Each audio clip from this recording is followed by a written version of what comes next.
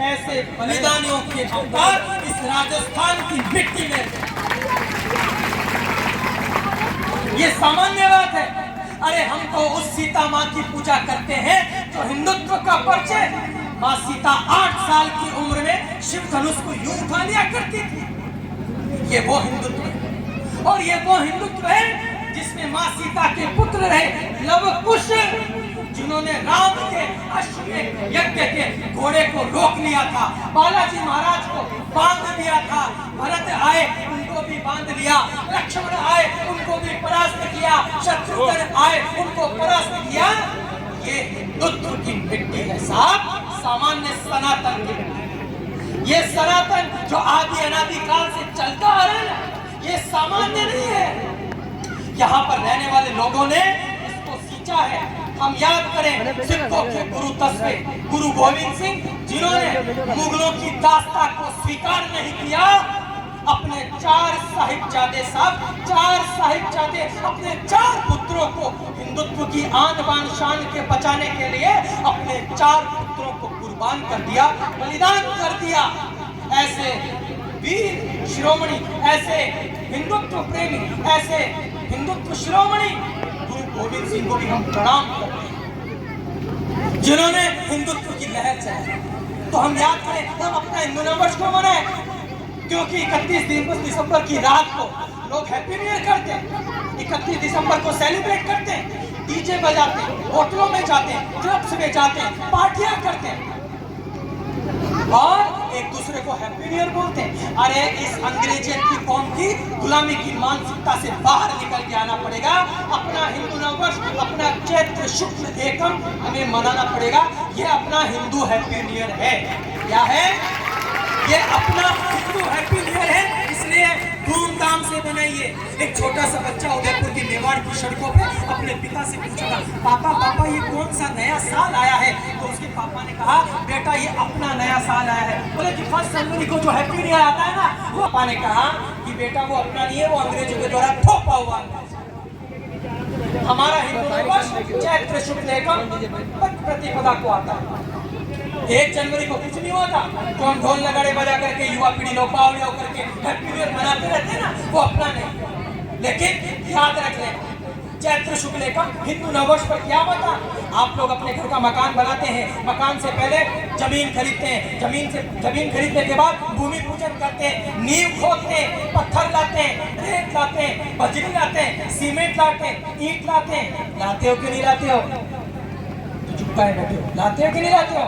तो ध्यान कर लेना, ब्रह्मा जी महाराज ने जब सृष्टि की रचना करी तो वो अपना हिंदू नववर्ष था, इसलिए अपने हिंदू नववर्ष पर पृथ्वी क्या, आकाश क्या, जल क्या, सूर्य क्या, चांद क्या, तारे क्या, सितारे क्या, उपग्रह क्या, नक्षत्र क्या, पूरा वातावरण वायुमंडल, इसकी इस पूरी सृष्टि की रचना अपने हिंदू नववर्ष पर हुआ था, इसलिए हमें गर्व है। हम थोड़ी बात है, आज प्रकृति लहरें ले रही है, आज प्रकृति में परिवर्तन हो रहा है। ये हमारी धरती माँ एकदम हरियाली चादर ओढ़ के बैठी है। क्या सच रच करके, मैं कोटड़ा की तरफ से आ रहा था, आपकी जुलूस निकल रहा था, शोभा यात्रा निकल रहा था, पूरा कोटड़ा ऐसे लग रहा था कि आज भगवा में वातावरण बना हुआ है, अपना हिंदू नववर्ष बना है। और अपना हिंदू नववर्ष क्यों नहीं बना है? भगवान श्री राम का इसी दिन हिंदू नववर्ष पे राज्याभिषेक हुआ था। रावण को मार के तो दीपावली पर राम आ गए थे, लेकिन राज्याभिषेक हमारे हिंदू नववर्ष पर हुआ। महाराज युधिष्ठिर, उनका राज्याभिषेक कौरवों की 11 अक्षम सेनाओं को परास्त किया, लेकिन उनका राज्याभिषेक चैत्र शुक्ल एकम अपने हिंदू नववर्ष पर हुआ था। विक्रमादित्य, उनका राज्याभिषेक अपने हिंदू नववर्ष पर हुआ था। विक्रमी संवत अपने हिंदू नववर्ष से प्रारंभ हुआ था। सिखों के गुरु रहे अंगद देव, नवे गुरु, जिनका धर्म को बचाने के लिए अपना शीश कटा लिया। आज दिल्ली में आप जाएंगे ना तो शीशगंज गुरुद्वारे वहां पर बनी हुई है। सामान्य बात है क्या? ऐसे गुरु अंगद देव का भी जन्मदिन हिंदू नववर्ष पर आता है। और इतना ही नहीं, जिन्होंने संघ शुरू किया, जिन्होंने आरएसएस की स्थापना करी, ऐसे केशव बलिराम हेडगेवार का भी जन्म दिवस अपने हिंदू नववर्ष पर आता है। तो ये मिट्टी सामान्य नहीं है, ये सनातन की लहर है, ये सनातन की आंधी है, ये हिंदुत्व की लहर है जो आदि अनादि काल से चलती आ रही है, चलती आ रही है, चलती आ रही है, रुकने का काम ही नहीं है। अब तो अयोध्या में भगवान श्री राम भी विराजमान होंगे ना। बोलिए सियावर रामचंद्र की, बालाजी महाराज की। ये मेवाड़ की वो आंधी है जिसमें इतनी सारी माताएं बैठी हैं। हमें ध्यान होना चाहिए, मेवाड़ से सलूमर की रानी हाडी रानी आती है। कौन सी? वो राजा बावला हो गए जिसके रूप रंग में, और बार बार जब युद्ध के लिए जा रहा था तो अपने सैनिकों को भेजता कि जाओ महारानी से कोई निशानी लेकर के आना। तो लोग जाते, तो कभी महारानी ने हार दिया निशानी में, कभी कंगन दिया, लेकिन तीसरी बार जब राजा के भेजने पर सैनिकों ने मांगा कि राजा ने युद्ध में जाने से पहले निशानी मांगी है, तो माताओं के लिए जोरदार ताली बजे। वो हाडी रानी थी जिसने निशानी के तौर पर अपने हिंदुत्व की आन बान शान के लिए अपना गला काट के दे दिया और हिंदुत्व की आंधी में भगवा रंग बना। क्योंकि ये वो मेवाड़ की धरती है जहां हाडी रानी शीश काटकर थाली में रख देती है। कोई सामान्य बात है? आज 300वीं जयंती वर्ष किनकी? मां अहिल्याबाई की, जिन्होंने मालवा में राज सिंहासन गद्दी पर बैठ करके राजपाट को संभाला। सामान्य बात है? जैसे जनजाति आप लोग रहते गांव के अंदर, वैसे ही गांव में रहती थी। ये राजा मालवा का चल दिया शेर का शिकार करने के लिए। जब शेर का शिकार किया तो शेर के तीर लगा पंजे पर, और शेर अपनी जान बचाने के लिए एक गांव में डेरा डालता है झाड़ियों के बीच में, और वहां पूरी सेना राजा की पड़ाव डालती है। और पड़ाव डालने के बाद में जैसे उस लड़की को पता लगता है, 17 साल की अहिल्याबाई को, ये क्या कर रहे हो, मेरे खेत को खराब कर रहे हो, बाहर निकलो। वो कहते हैं हम मालवा के राजा के सैनिक हैं, हम शेर का शिकार करने आए हैं। वो शेर आपकी झाड़ियों में घुस गया। अच्छा, पहले इस खेत से बाहर निकलो। माताएं गौर से सुनना, वो कहती है पहले इस खेत से बाहर निकलो, और अपने घर से एक भाला लगा हुआ लेकर के आती है और झाड़ियों में पत्थर लेके चली जाती है। क्या हमारे जनजाति की माताओं का शौर्य देखिए आप कैसा होता है, गांव में रहने वाले बहनों का शौर्य। वो शौर्य पराक्रम ऐसा, वो शेर बैठा हुआ था, वो पत्थर शेर की तरफ मारती है, और घायल शेर बहुत खतरनाक होता है। शेर उस अहिल्याबाई पर, 17 साल की लड़की पर आक्रमण करता है, और वो भाला लेके आगे बढ़ के उस शेर का शिकार करती है। शेर के गले पर भाले को रोकती है और उसकी पूंछ पकड़ करके लाके राजा को और सैनिकों को देती है, ले उठा अपना शिकार और लेके चला जा। आज के बाद मेरे खेत के अंदर, मेरे गांव के अंदर घुसना। वो राजा बावला हो गया, उसे पूछता है आपके माता पिता कहाँ हैं जिन्होंने आपको जन्म दिया, जिन्होंने आपको जन्म दिया, वो आपके माता पिता कहाँ हैं? तो वो उनके माता पिता के पास जाता है और कहता है कि मैं मालवा का राजा आपकी पुत्री का हाथ मांगता हूँ, उससे विवाह करना चाहता हूँ। ये वही अहिल्याबाई थी जो 17 वर्ष की अवस्था में राजा शिकार नहीं कर पाया, ये लेकिन मेरी बहन 17 साल की उम्र में उस शेर को मार के सिंह स्वरूप दुर्गा बन करके उसका शिकार करके मार जाती है और अंततः मालवा की राजगद्दी पर बैठती है। ये माताओं का शौर्य हमारे यहाँ। बोलिए रानी अहिल्याबाई की। ये शौर्य, तेज पराक्रम, भक्ति रस की गाथाएं सामान्य नहीं है। इस मेवाड़ में मीरा भी पूजी जाती है। इस मेवाड़ में महाराणा प्रताप का घोड़ा भी पूजने योग्य है, जो इतना स्वामी भाई है तो हल्दी को, उस घाटी को कूदता है। जिस हल्दी घाटी के युद्ध में महाराणा प्रताप लड़ते हैं ना, उस घाटी को कूदता है, अपने प्राणों को छोड़ देता है और महाराणा प्रताप की जान बचाता है। अरे यहाँ हमारे राजस्थान का तो घोड़ा भी बहुत स्वामी भक्त होता है साहब, उसका नाम चेतक है। चेतक चढ़ गयो हाथी पर और मान सिंह घबराए, रण में घमासान मच जाए, भेरियों रणसु भाग्या जाए। ये महाराणा प्रताप की धरती है, इसलिए हमें ध्यान होना पड़ेगा। माताओं को सावधान रहने की आवश्यकता है।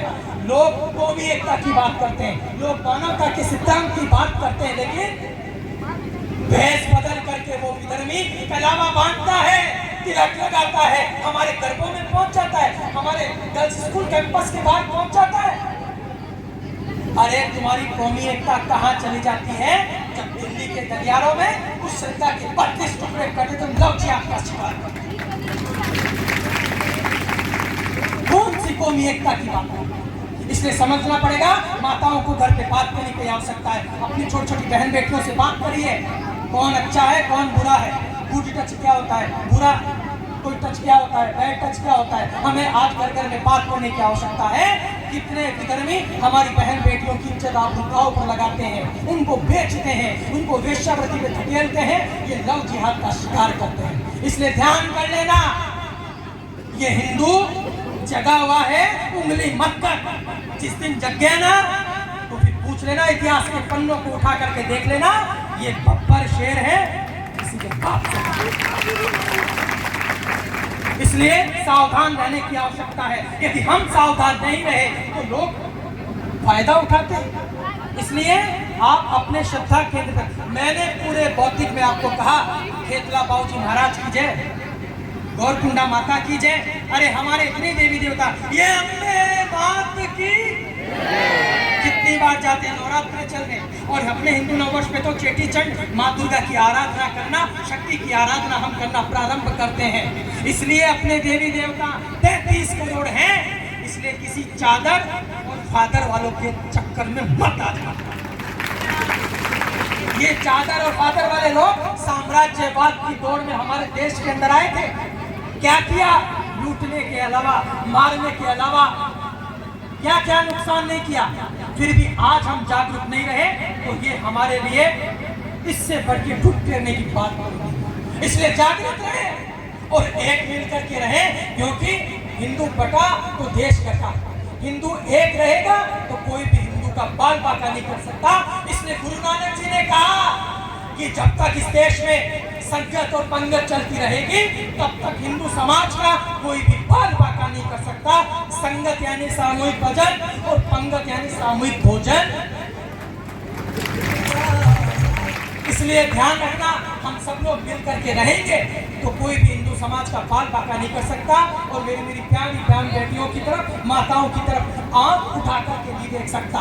तो ध्यान रख लेना, आने वाला समय चुनौतीपूर्ण चल रहा है। हम सब लोग एक रहे तो अपना हिंदू नववर्ष क्या, आने वाले 26 त्योहार उत्सव बहुत जोरदार तरीके से मनाएंगे। पिछले साल भी हिंदू नववर्ष मनाया गया था उदयपुर की सड़कों पर। लोगों ने कहा कि साहब धारा 144 लग रही है। अरे भैया, यह धारा 144 हिंदू नीति पर, हिंदू नीति पर, हिंदू तीज पर, हिंदू त्योहार पर, क्या कहना है आप लोगों का? क्या धारा 144 अपने 30 त्योहार के लिए रह गई है क्या? बोलिए ना। नहीं, अपने हिंदू रीति रिवाज पर, त्योहारों पर क्या धारा 144 लगना अनिवार्य है? तो फिर काहे बोलते नहीं हो, चुपचाप बैठे रहते हो? बोला करो ना, अपने हक की लड़ाई यदि हम नहीं करेंगे तो कौन करेगा? किससे अपेक्षा करते हो आप?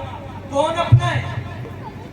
ध्यान रख लेना, ये वही देश है जिसके लिए सोचना के लिए लोग मजबूर थे कि धारा 370 बदल जाएगी क्या।